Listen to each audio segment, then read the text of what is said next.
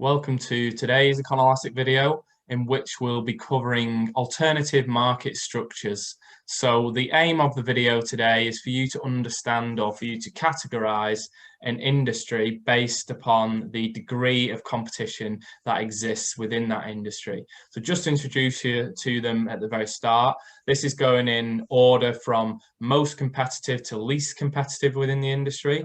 Most competitive being perfect competition, then monopolistic competition, then you have oligopolies, and then least competitive being a monopoly.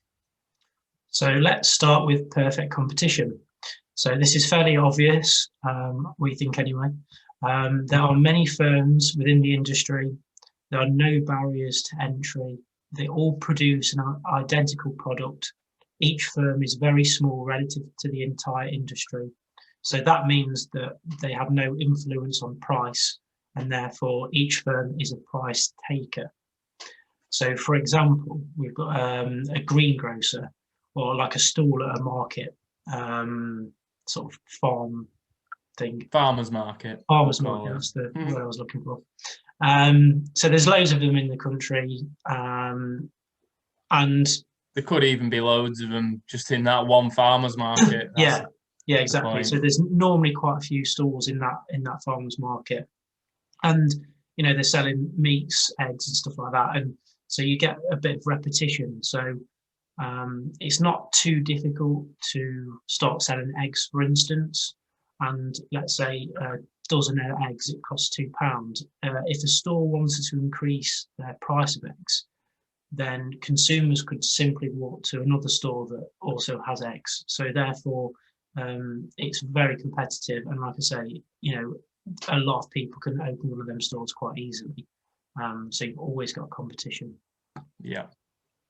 So the next one we're going to cover is monopolistic competition. So like with perfect competition, there's still many firms in the industry. There still is ideally no barriers to entry. There's nothing to stop anyone from opening up a firm within that industry, a company within that industry. But in this scenario, the firms do produce slightly different, differentiated product, and therefore does actually have some control over its prices. So again, we'll try and translate that into an example. So if you have a restaurant, there's obviously thousands, if not tens of thousands, over the country, over the world. There's restaurants all over the show. Again, there shouldn't be anything really for you to stop you from opening up a restaurant. If you've got the resources, you can buy a spot to open it up, hire a chef, get waiting staff. There's nothing to stop you there. Yeah. However, they do all produce slightly different food. So you've got the obvious from a Chinese restaurant serves very different food to an Italian restaurant, serves very different food to a Lebanese restaurant.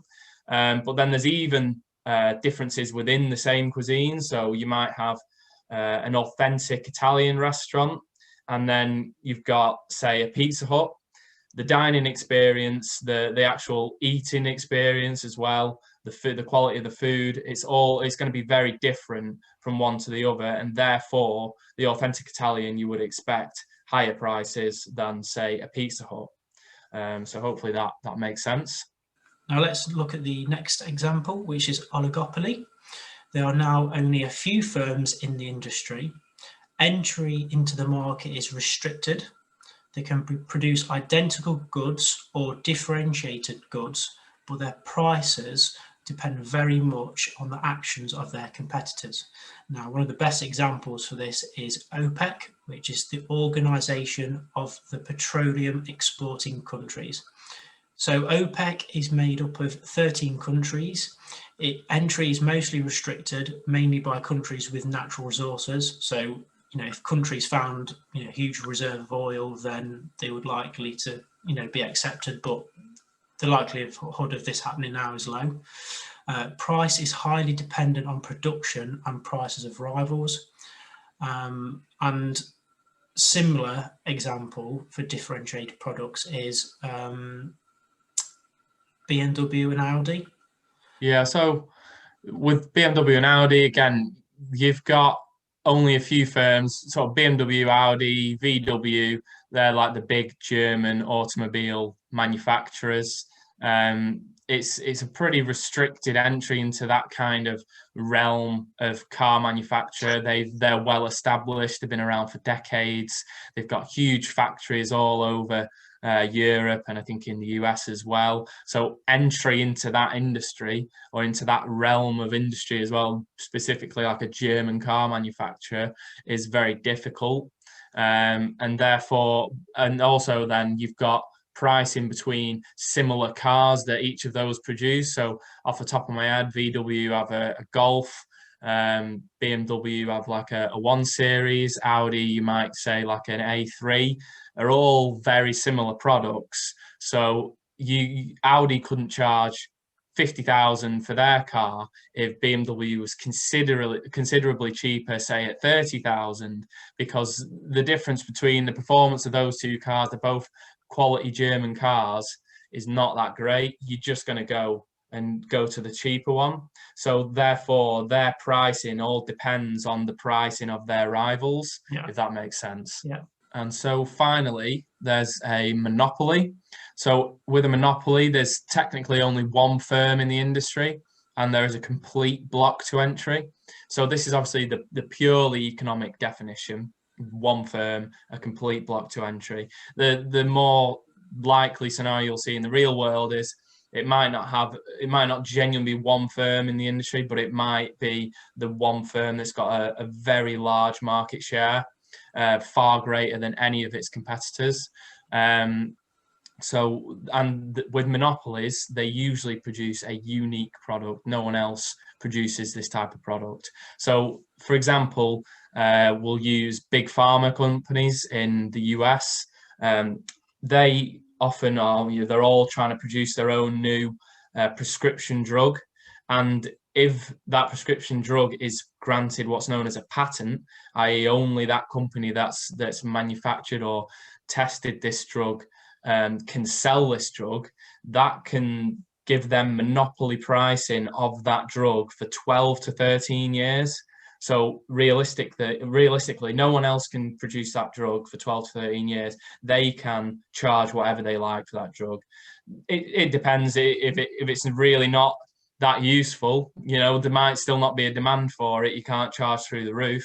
But say it was a cure for cancer, and this one company had patented it, realistically they could charge whatever they wanted for that drug.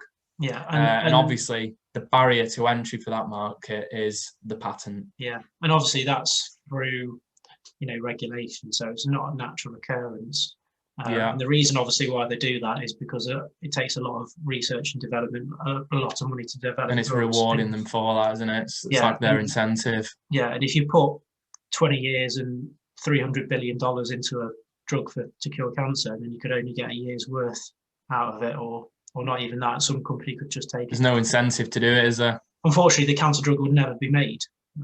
So unfortunately that's how it is. But it's sort of regulated monopoly, that example is.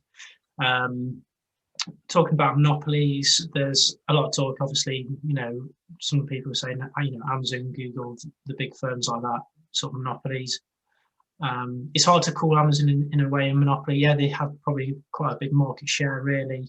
But still probably more in the Western world, more than anywhere else. And it's not that difficult to open shops. And there's other online retailers like eBay and the only reason that people can claim it's a monopoly is it's just so popular. The theory behind it's not that groundbreaking, but their execution of what they do is obviously better than anyone else's. That's why it's so popular. But it is, at the end of the day, just a market that combines buyers and sellers, just similar to like what eBay does. But it's far more popular than eBay. It's more popular than any that I can think of, Gumtree or anything like that. It's because of their execution of it. And economists often use what is known as a concentration ratio, which shows the extent of the market control a firm has within an industry. So CR4, market share of 4 biggest firms, and then like CR5 would be market share of the 5 biggest firms. So again, this helps to work out the category in an industry falls into, and this will be covered in like future videos that we will do. So in conclusion to this video, if you were to determine what category an industry falls into, we'd consider three things generally. How easy it is to enter the market. Is the product that's being produced identical or somewhat differentiated by brand, by model, variety, whatever it is? And does the level of control, or what is the level of control that a firm has over its own pricing? So hopefully you have an idea of these alternative market structures now. As usual, any questions, please do leave them in the comment section below, and we'll get around to answering those, and we hope to see you in the next video. Thanks for watching.